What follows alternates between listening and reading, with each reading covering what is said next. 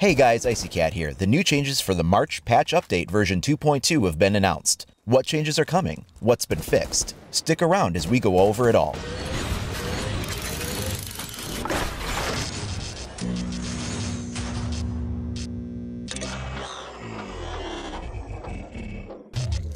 The newest patch, version 2.2, will be going live tomorrow, March 1st on PC, and next week, March 8th for consoles. As usual, the difference in timing is due to Sony and Microsoft certification delays to approve the patch, whereas PC doesn't have to wait for that. So what can we look forward to? Well, for starters, the addition of a report button to allow players to flag suspicious behavior in regards to cheating. Now that's big because cheating has been pretty rampant, especially on PC with the use of aimbot software and other kinds of hacks and cheats that can be installed.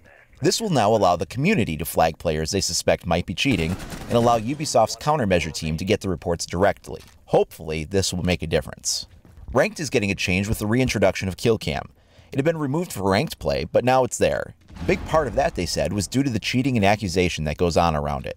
If people can't see how they were killed in a game that lets you shoot through walls and floors, sometimes cheating might be assumed even if it wasn't.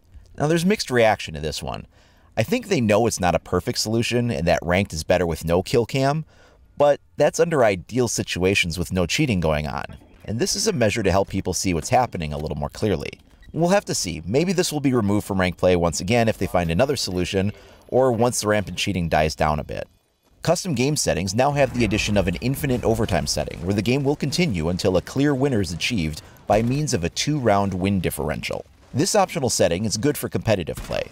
I'm still waiting for them to implement some very basic functionality to the custom game settings though. After several updates, we still don't have the ability to edit an already built playlist without having to scrap it and start a new one to make a change.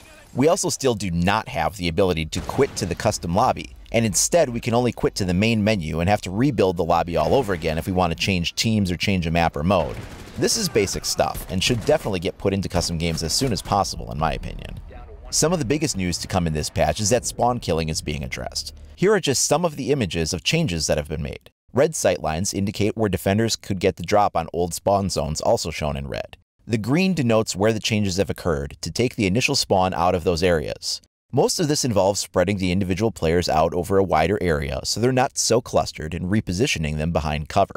In some cases, this also might mean a change or two to the actual layout of the cover as noted in green. To get a full list of all the images and how the spawns have been changed, head over to the subreddit or forums, which you can find in the comments directly below the video. One map that's curiously absent from this list of changes I found is Airplane, which is a notoriously easy spot to spawn kill from. I don't know if the list of images I saw wasn't comprehensive or if they simply haven't addressed that one yet. Now keep in mind, these don't mean you can't still get killed once you start moving out of the spawn. It only means that you'll be protected when you first spawn into the game. How you move out of that starting position is still something to be careful of. Of course, there's lots of bug fixes and updates too. Operators displaying in the black T pose has been fixed. Some hit registration issues have been addressed. Related to this was an issue while shooting players in the feet, sometimes not causing damage, and that's also been handled. Weapons poking through walls have now been fixed. I think I'll believe that one when I see it though, as it's been plaguing the game the whole time since it came out. They say drones falling through the map or being tossed out of bounds have been fixed. Now we've seen that addressed as fixed before, though in fairness when they did it got a lot better, so hopefully this means the end of that problem finally.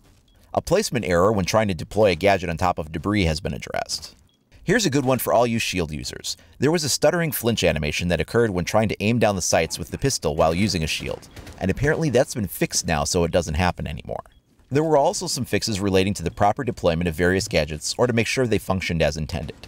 A bunch of level design issues were tackled, including several on the new yacht map. You can no longer get into the ceiling of the yacht and glitch through the roof anymore. Apparently, you couldn't properly place barbed wire on stairs in yacht, and now you can. There was also a series of fixes related to drone navigation, lighting issues, objective area coverage, and collision detection on a few maps that were taken care of. Spectator mode also got some fixes, including scoring and camera issues. They also talked about IP protection. It was admitted that the problem was a little more technically complicated than they had at first realized, so it's something they're still in the middle of trying to get resolved. Basically, a player could get DDoSed or otherwise harassed with the visibility of their IP address. They know it's something that needs to be addressed, and they're working on it. It seems like they wanted it in this patch, but it turned out to be a little bit more work than anticipated, so it wasn't able to make it in this update on time. Sounds like maybe the next patch though, we'll have to wait and see. Once again, if you want to read the full patch notes, head over to the official forum or subreddit with the links in the expanded comments directly below the video player. You should also be able to find the patch notes on the Ubisoft blog as well. As mentioned before, these changes will take effect starting tomorrow, March 1st, for PC players only. If you're on console, you'll have to wait until next week, March 8th, to see these changes begin to take effect. So what do you think of these changes? What do you want to see them fix, implement, or change in the next round of patches? Let me know down in the comments below. Tomorrow, I'll be posting the next map walkthrough, and later this week, we'll be doing the first of the operator profile updates to cover the changes that have occurred since launch. If you haven't already, please like and subscribe to stay up to date on all the latest news, tips, tricks, and information for Rainbow Six Siege. You can also follow IcyCat on either Facebook or Twitter to get the latest announcements as well. Thanks for watching, everybody. We'll see you next time.